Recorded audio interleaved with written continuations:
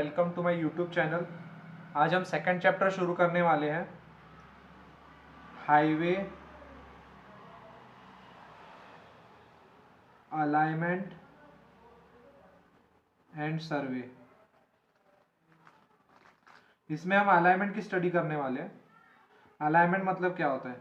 ये छोटा सा चैप्टर है, ये चैप्टर जल्दी ख़त्म हो जाएगा।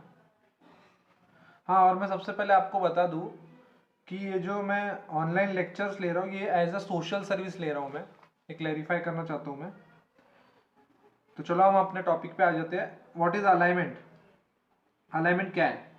Alignment is the centre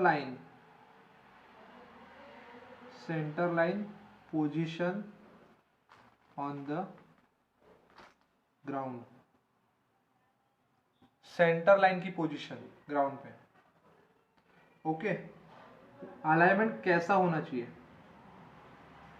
alignment should be short, easy,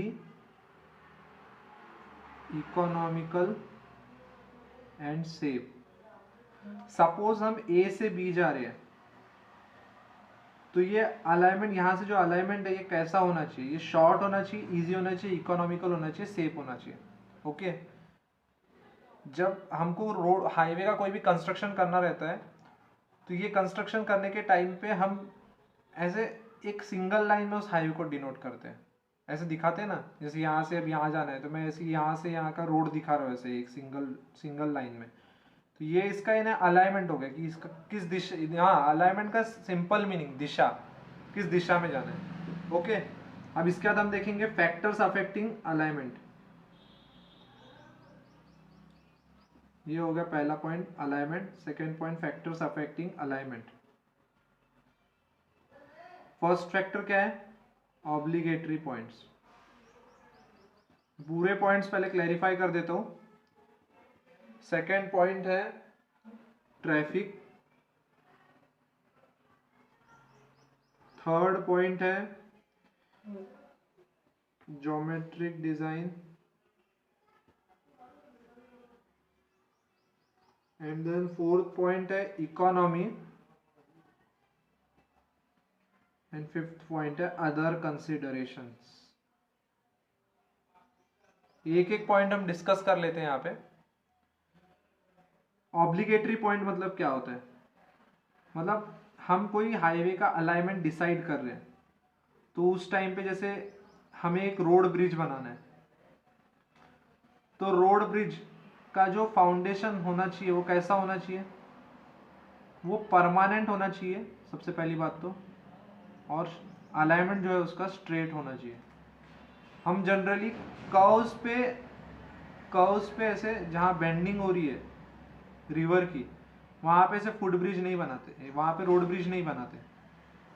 okay, हम जनरली स्ट्रेट अलाइनमेंट में रोड रोड ब्रिज बनाते हैं।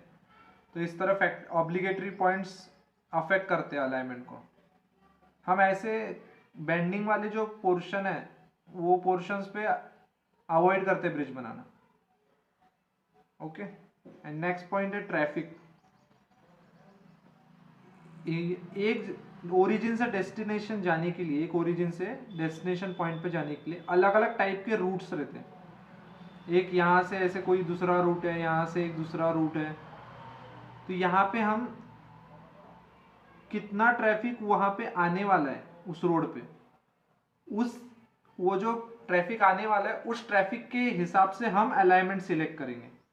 ओके, मतलब ट्रैफिक, यहाँ पे हम ट्रैफिक क्या, पहले सबसे पहले तो हम ओरिजिन एंड डेस्टिनेशन स्टडी करेंगे। यहाँ पे ओरिजिन एंड डेस्टिनेशन स्टडी करेंगे और फिर उस डिजायर लाइंस ड्रॉ करेंगे इसके बेसिस पे, और फिर हम डिसाइड करेंगे कि कौन सा अलाइनमेंट सुटेबल है इसके लिए। ओके, इसके बाद ज्योमेट्रिक डिजाइन। ज्योमेट्रिक डिजाइन में आया बेसिक एलिमेंट्स। बेसिक एलिमेंट्स तो हमने देखे थे। इसके बाद आएगा तुम्हारा साइड डिस्टेंसेस, ग्रेडियंट्स। ये सब तो इफेक्ट करते ही है अलाइनमेंट को, हमें पता ही है, तो देखेंगे हम आगे डिटेल में। इसके बाद इकोनॉमी। इकोनॉमी में कौन सा पॉइंट आएगा? Cutting and filling. Cutting and filling मतलब अगर एक हिल्स के साइड से रोड पास होने वाला है तो हम जनरली ट्राई करेंगे कि वहां पे कटिंग एंड फिलिंग की झंझट आई नहीं, हम हिल के साइड से ही पास हो जाए। ओके, हिल जहां भी कटिंग और फिलिंग की बात आ गई वहां पे मतलब पैसे खर्च होने की बात आ जाती है। और हम economy is a very important factor जो डिसाइड करता है अलाइनमेंट को। ठीक है, इसमें कुछ बताने लायक नहीं है ज़्यादा। नेक्स्ट है अदर कंसिडरेशन में है ड्रेनेज, हाइड्रोलॉजी, टोपोग्राफी, ये भी फैक्टर्स अफेक्ट करते हैं अलाइनमेंट को। ओके, इसके बाद फिर नेक्स्ट पॉइंट, अब ये topic third topic, engineering survey for highway alignment.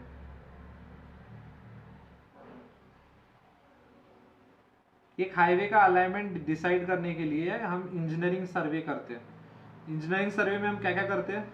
Map study करते हैं। मैप स्टडी के बाद हम रिकॉग्नाइजेंस करते हैं। रिकॉग्नाइजेंस के बाद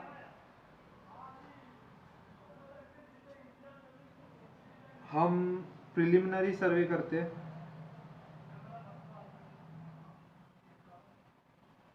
और नेक्स्ट लास्ट पॉइंट है फाइनल लोकेशन एंड डिटेल सर्वे।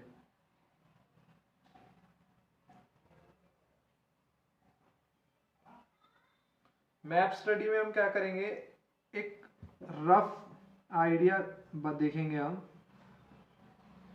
कोई भी रूट्स, मतलब कि एक ओरिजिन से डेस्टिनेशन जाने के लिए अलग अलग रूट्स की एक रफ आइडिया देखेंगे। फिर रिकॉग्नाइजेंस में हम जनरल टोपोग्राफी की स्टडी करेंगे इन रूट्स की। ये जो रूट्स है, अलग अलग रूट्स जाने के लिए डेस्टिनेशन पॉइंट पे, उनकी जनरल टोपोग्राफी की स्टडी करेंगे। फिर प्रिलिमिनरी सर्वे में हम उसकी ट्रैवर्सिंग करेंगे, टोपोग्राफी फीचर्स देखेंगे।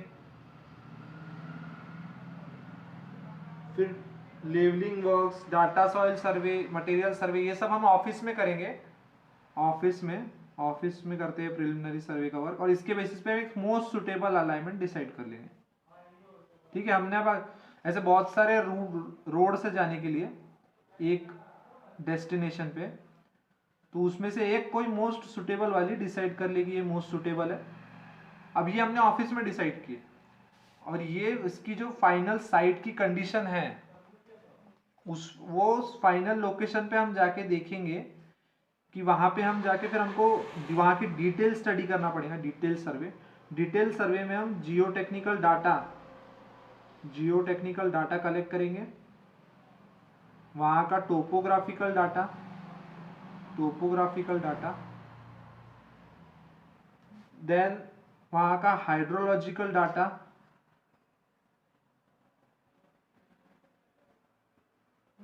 वहां की ये डाटा कलेक्ट करने के बाद हम वहां का लॉन्गिट्यूडनल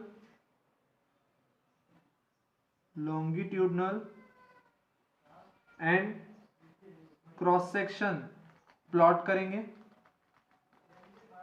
आप समझ रहे हैं? हमने वहां का डिटेल सर्वे में क्या किया, हमने वहां का geotechnical data, topographical data, hydrological data collect किया, फिर उसका लॉन्गिट्यूडनल क्रॉस सेक्शन प्लॉट किया। सॉइल प्रोफाइल चेक करेंगे हम वहां की। सॉइल प्रोफाइल चेक करने के लिए हम सॉइल सैंपलिंग करेंगे।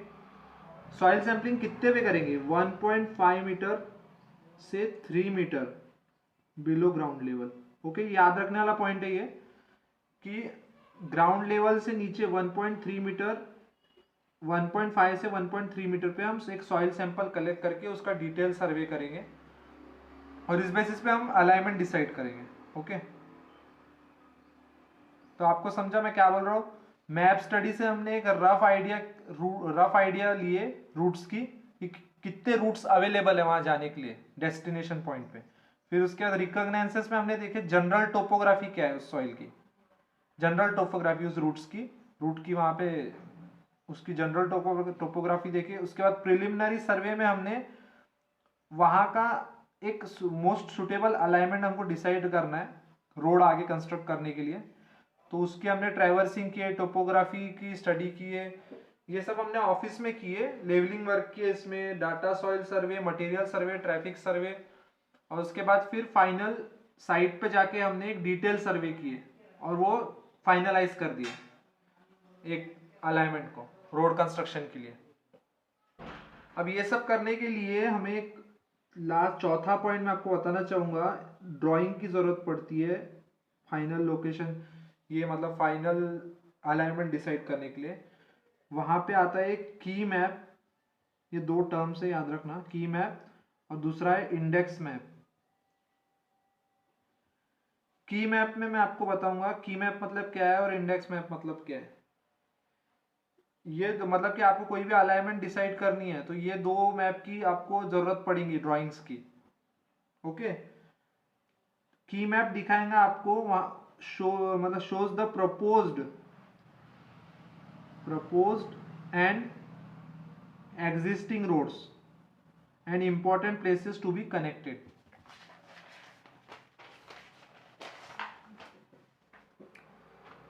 की मैप आपको बताएगा कि वहां के proposed and existing roads and important places जो उस रोड में एक दूसरे से कनेक्ट करने हैं, टू बी कनेक्टेड। ठीक है, यहां से हम जैसे कोई रूट डिसाइड कर रहे हैं या ए से बी जाने के लिए रूट्स है अलग अलग, यहाँ पे कोई फेमस इंपॉर्टेंट प्लेस है और ये वाले रूट पे नहीं है, या ये यहाँ से थोड़ा साइड में है, तो हमको ये अलाइनमेंट में यहाँ से देना पड़ेगा, यहाँ से थोड़ा सा से वो इंपॉर्टेंट प्लेस को कवर करते हुए जाएंगे हम। ये की मैप से पता चलेगा हमें। ठीक है, इसके बाद है इंडेक्स मैप।